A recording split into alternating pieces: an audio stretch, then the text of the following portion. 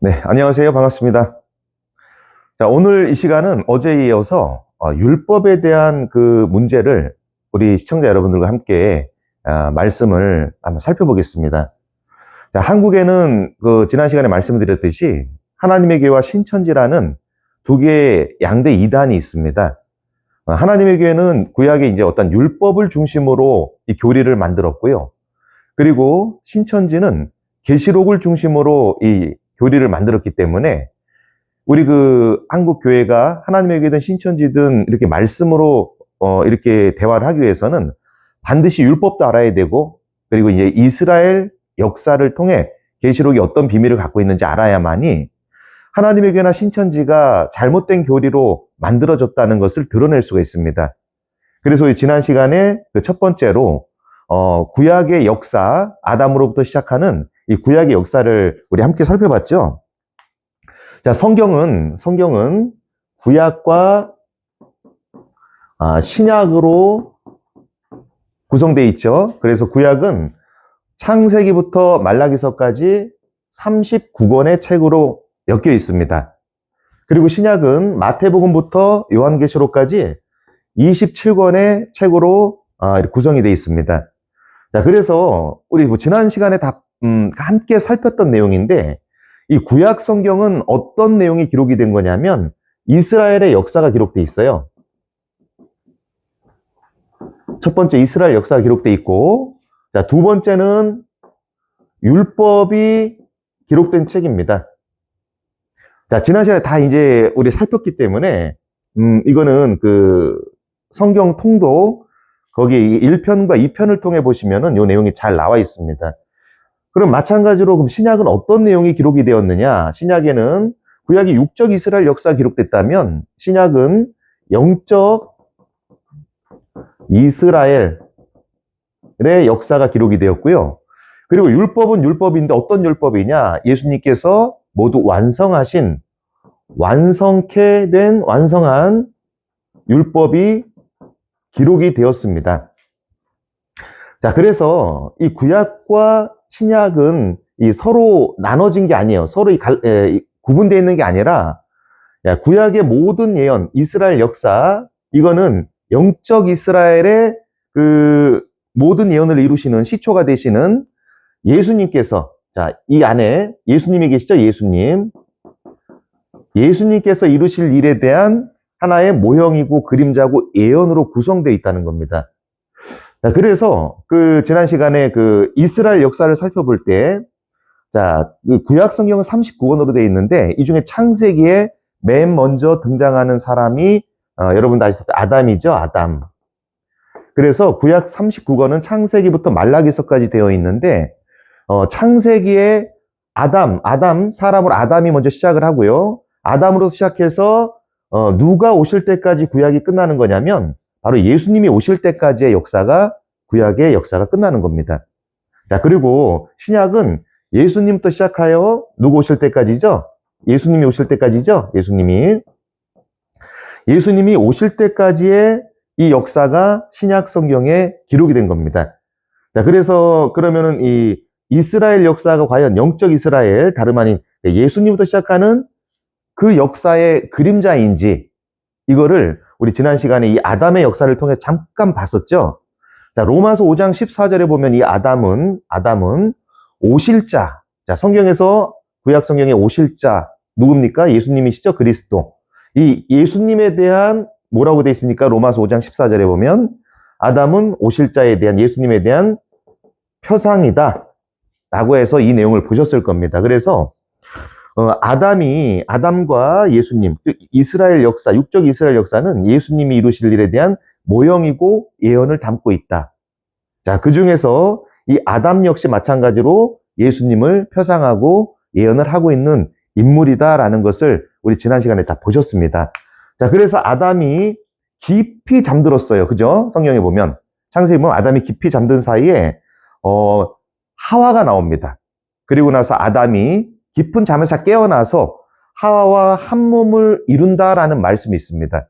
자, 그 말씀대로 예수님도 표상이기 때문에 이런 예언의 성취를 하게 돼 있습니다. 자, 그래서 예수님 어떻게 했죠? 예수님도 아담이 깊게 잠든 것처럼 십자가에서 죽으시고 무덤에서 며칠 동안 계셨습니까? 3일 계셨죠? 3일. 3일을 무덤에서 계십니다. 3일을.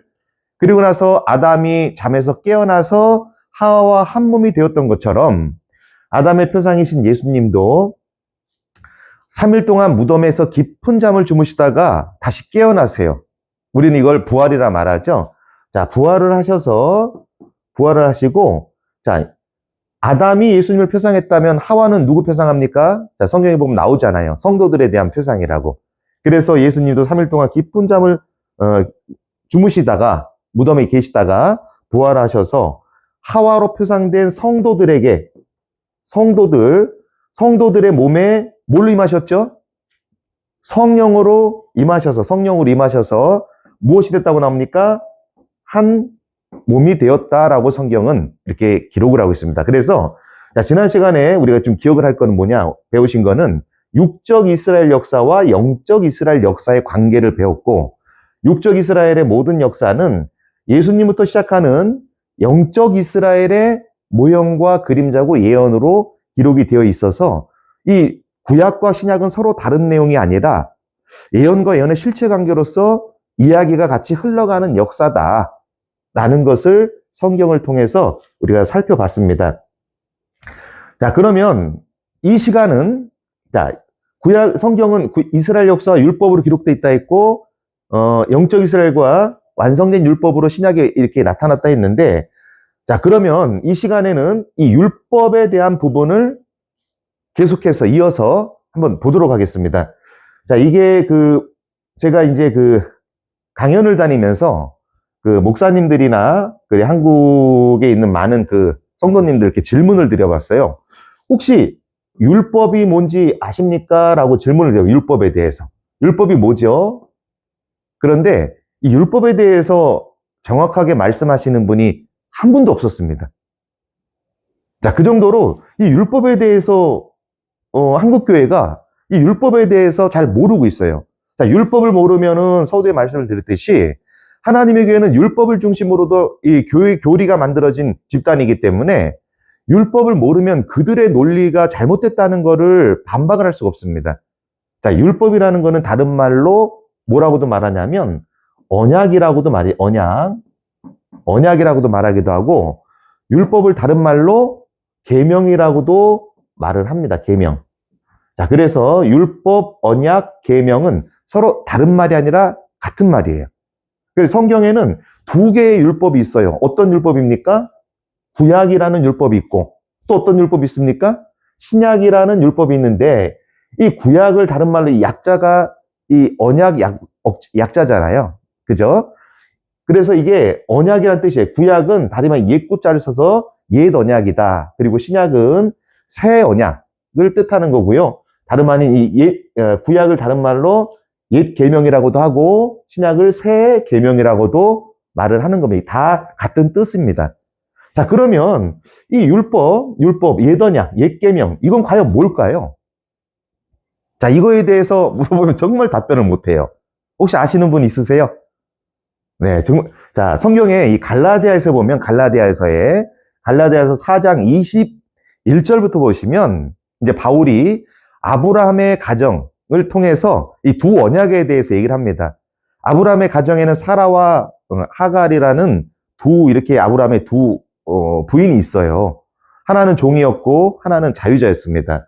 그런데 사도 바울은 이 두 여자가 실제 여자가 아니라 두 언약을 예표한다. 두 언약을 비유한 것이다 라고 합니다. 자, 성경에서는 두 언약이 존재해요. 어떤 언약입니까? 여기 보시면 구약이 있죠? 또 하나 뭐가 있습니까? 신약이 있습니다. 두 언약이란 구약과 바로 뭐냐면 구약이고 신약이 있다. 그런데 아브라함의 가정에 아브라함의 두 부인이 바로 이제 구약과 신약을 예표하고 있다라고 하면서 갈라디아서 4장 24절에 보시면 뭐라고 되어 있냐면 하나는 신의 산으로부터 낳은 자다라고 되어 있습니다. 그러면서 뭐라고 되어 있냐? 하나는 신의 산에서부터 나왔고 이 땅의 예루살렘에서 종로로 타는 자들이다 라고 나옵니다. 자, 우리가 성경에 보면 이제 그 역사, 우리가 이스라엘 역사 지난번에 배웠죠? 배웠을 때 시내산에서 받은 언약, 율법, 계명 어떤 게 있었죠?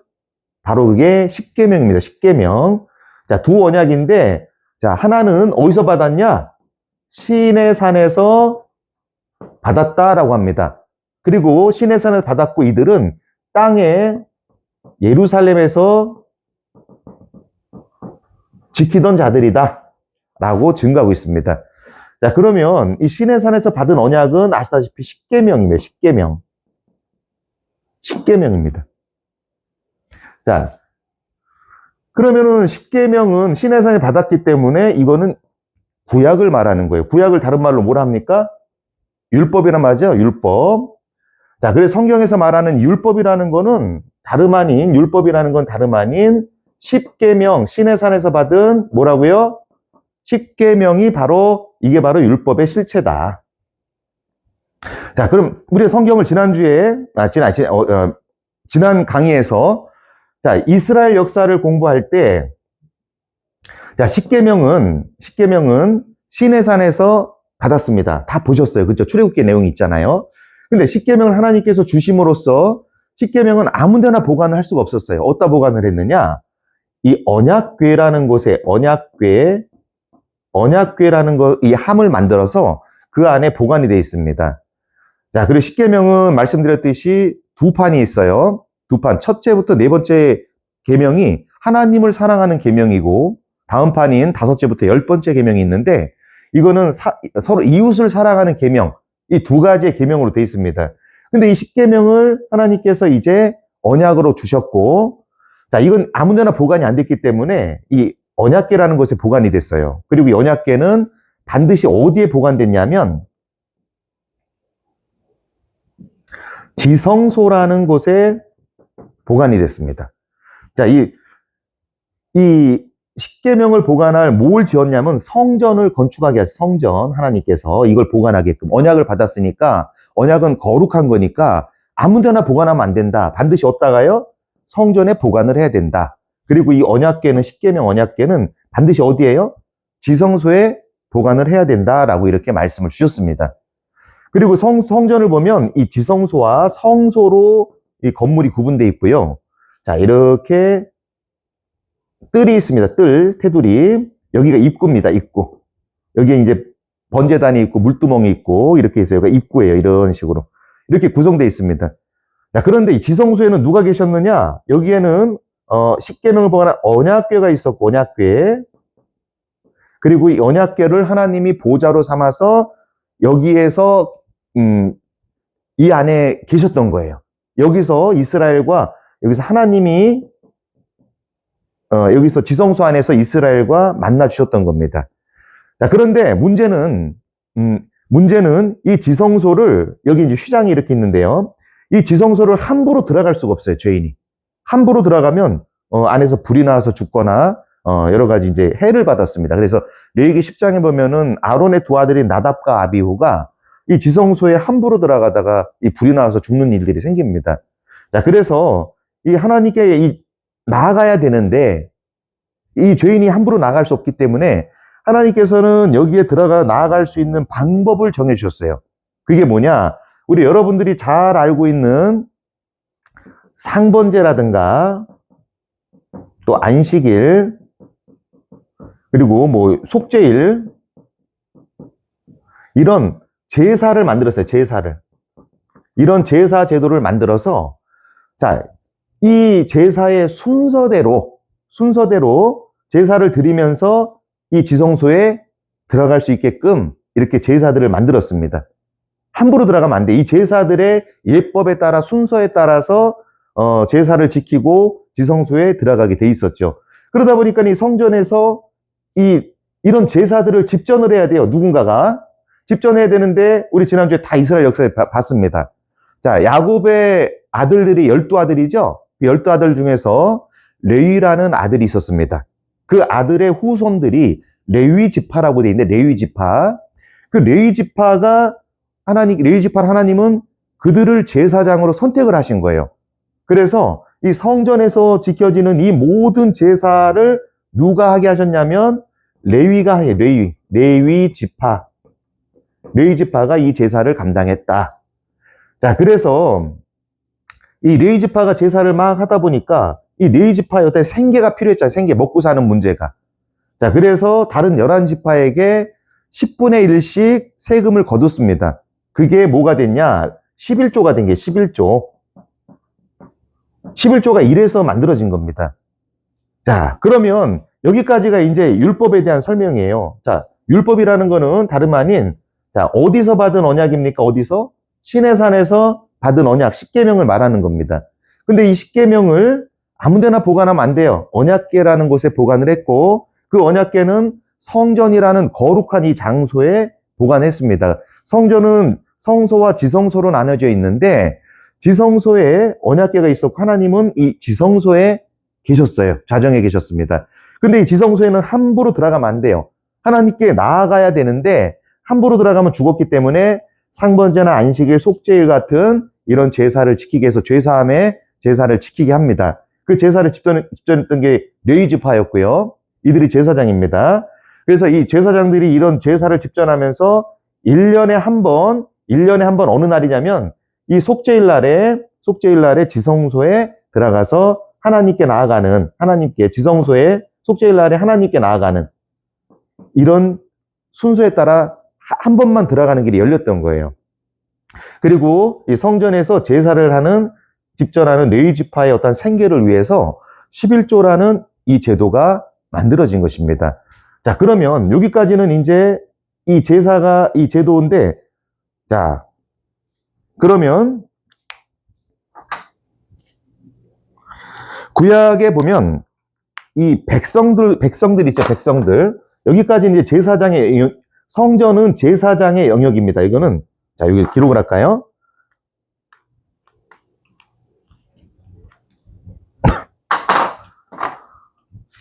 손이 미끄러워서. 자, 성전은 여기는 제사장의 영역입니다. 제사장의. 여기까지는. 자, 그런데, 자, 구약 성경에 보면은 이 제사장들만 있는 게 아니라 누구도 있습니까? 백성들 있죠, 백성. 자, 백성들도 보면은 많은 율법을 지켰어요. 자, 그 왜 백성들은 율법을 지켰을까? 자, 이 성경에 보면 이 백성들은 죄를 질 때마다 이 죄를 대신해서 희생할 짐승을 가지고 어디로 갔습니까? 바로 이 성전에 간 거예요. 성전에 이렇게 들어갔습니다. 성전으로. 자, 그러다 보니까는 이 하나님의 법입니다. 법. 백성들이 죄를 지면 그걸로 끝나는 게 아니라 자기 죄를 대신해서 희생할 비둘기나 양이나 염소나 이런 짐승을 대신 성전에 가지고 가서 자기 죄를 성전으로 꼭 가야 돼요. 죄를 지면. 이게 법입니다. 이렇게 안 하면 안 되게 돼 있어요. 그럼 성전으로 가서 어떻게 하느냐? 짐승을 앞에 놓고 자기의 죄를 짐승의 머리에 안수를 합니다. 그러면 백성의 죄가 누구에게 넘어가죠? 백성의 죄가, 자, 볼까요? 백성의 죄가 안수를 하면서 누구에게 넘어갑니까? 이 짐승에게 넘어가요. 짐승에게. 그러고 다음에 이 백성은 이 짐승을 어떻게 합니까? 죽여요. 죽여서 이 피를 받습니다, 직접. 피를 받아서 짐승의 피를, 자, 피를 가지고 누구에게 주느냐? 이거를 제사장에게 건네줍니다. 자, 여기에 이제 직접 가서 이 짐승을 잡고 피를 나오면 이 피를 이 안에 있는 제사장에게 줘요. 그러면 이 제사장은 이 피를 가지고 이 성전에 뿌립니다. 성전에 이런데 휘장에도 뿌리고 성전에도 이렇게 다 뿌립니다. 바르고. 자, 그러면 이 결과가 어떻게 되느냐? 백성이 죄를 지면 안수를 통해 짐승에게 넘어가죠. 그리고 또 이제 피를 가지고 제사장에 주면, 자, 그런 말씀이 있어요. 이 피에는, 레위기 보면 피에는 생명이 있다. 그래서 이 피 흘림의 제사를 통해 이 속죄의 의미를 두셨다라고 하나님께 직접 말씀하신 부분이 있습니다. 자, 이 얘기는 뭐냐? 백성이 죄를 지면 그 죄를 대신해 짐승이 안수해 짐승을 죽이면 백성의 죄가 짐승에게 넘어갔다가, 그리고 다시 짐승이 이제 피를 흘리고 죽잖아요. 이 피에 생명이 있다 그래. 생명이 있어서 이 죄가 이 피를 타고 제사장이 이 죄를 가져다가 어디다 뿌렸냐면 이 성전에 뿌렸던 거예요. 성전에. 그러면은 백성의 죄가 짐승에 갔다가 다시 제사장을 통해 어디로 갑니까? 성전으로 넘어가는 이 일들이 계속 벌어졌던 거예요. 자, 그러다가 1년에 한 번 속죄일 날에 1년에 한 번 여기 보면 속죄일 있죠. 속죄일 날에 대제사장이 성소에 모인 모든 죄를 지성소로 넘겨서 이제 아사셀이라는 수염색에 넘긴 다음에 다시 광야로 보내 이제 죽게 하는, 자, 그런 이제 그 제사를 이 안에서 지켰던 겁니다. 그리고 속죄일이 끝나면 이 속죄일을 통해서 죄사함이 끝나면 초막절이라는 절기를 지키면서 초막을 지어놓고 그 안에 하나님과 함께 거하는 죄사함을 축복하는, 죄사함을 받았다는 거에 어떤 기쁨을 맞이하는 이런 절기를 지켰던 게 초막절입니다.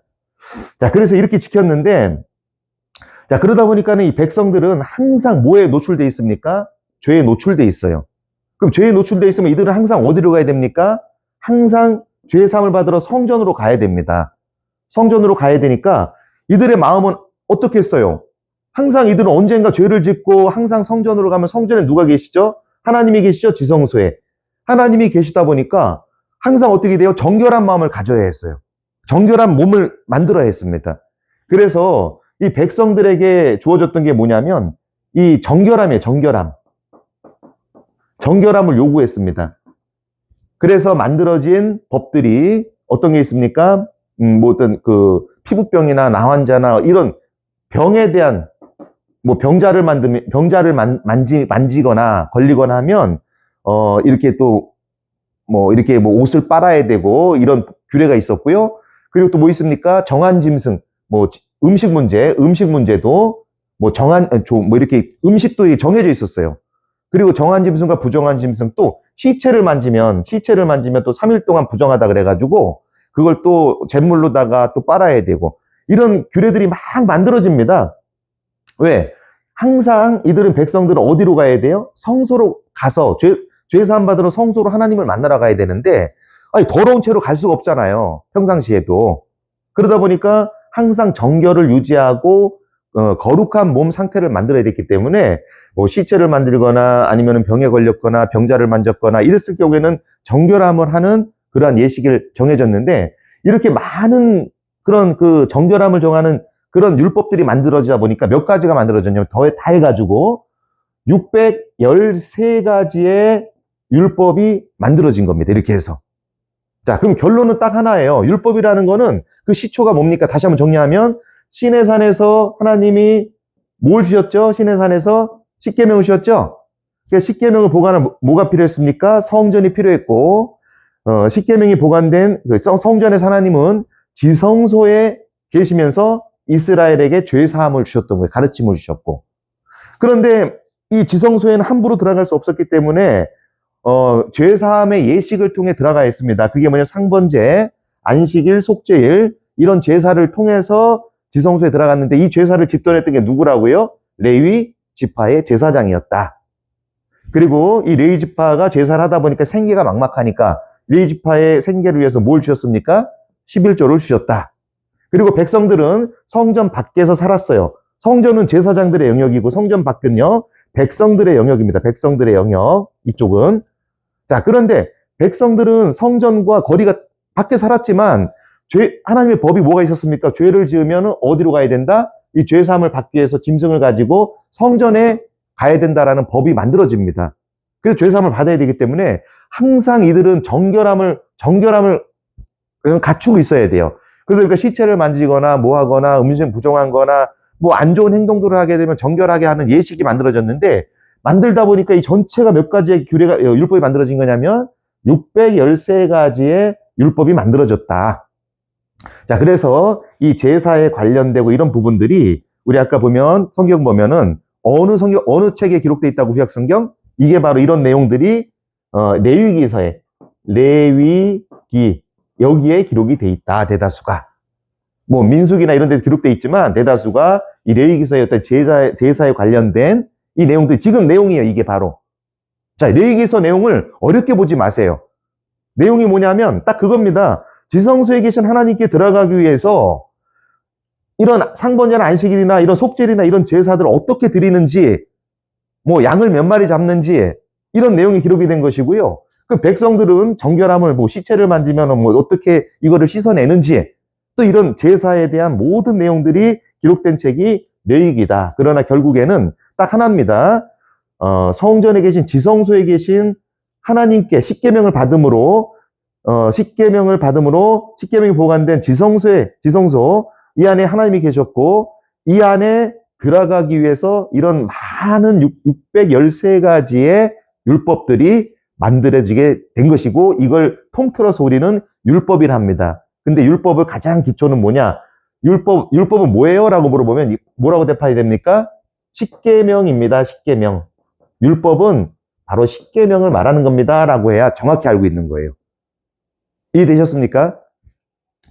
자, 그래서 이 율법에 대한 부분은 이것만 이해하시면 율법이 뭔지를 확실히 알 수 있습니다.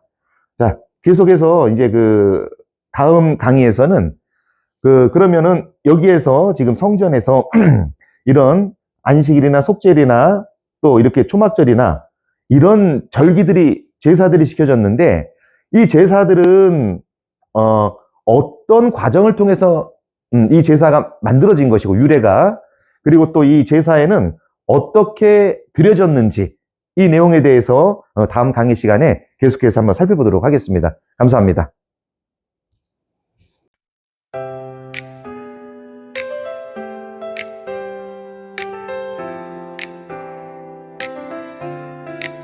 성경을 본다 말하면서 구약이 뭐냐 물으면 말이 막혀. 그래서 내가 쉽게 풀어 말해. 구약은 신의 산에서 맺은 약속, 사람들은 십계명이라 부르지. 바울도 말했어, 구약은 그 약속.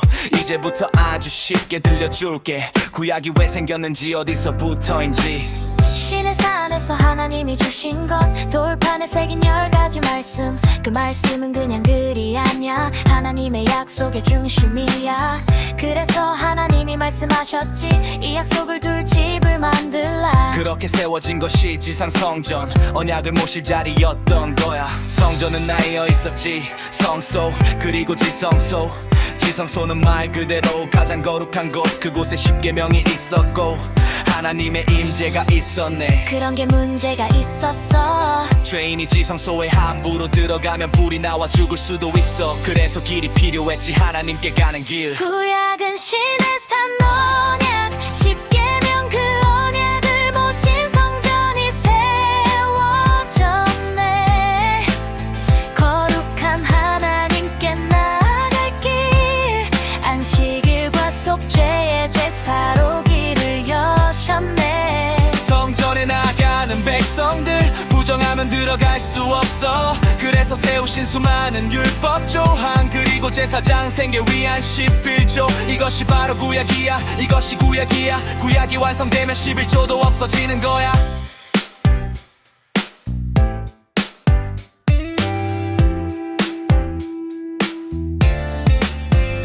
그래서 하나님이 정하신 순서가 있어. 안식일, 유월절, 그리고 속죄일. 특히 속죄일, 그날은 특별해. 1년에 한 번 대제사장이 피를 들고 지성소에 들어가 하나님 앞에서. 그게 구약의 핵심 장면이야. 죄인이 하나님을 만나는 날, 백성도 죄를 지을 때마다 그 죄를 그냥 넘길 수 없었지. 짐승을 성전으로 데려와 피를 흘려야 했어. 내 죄가 얼마나 무거운지 피로 보여준 거야. 그런데 성전은 하나님 계신 곳이잖아. 그러니 아무렇게나 올 수 없지. 더러운 일, 부정한 행동, 그걸 그대로 안고 오면 안 돼.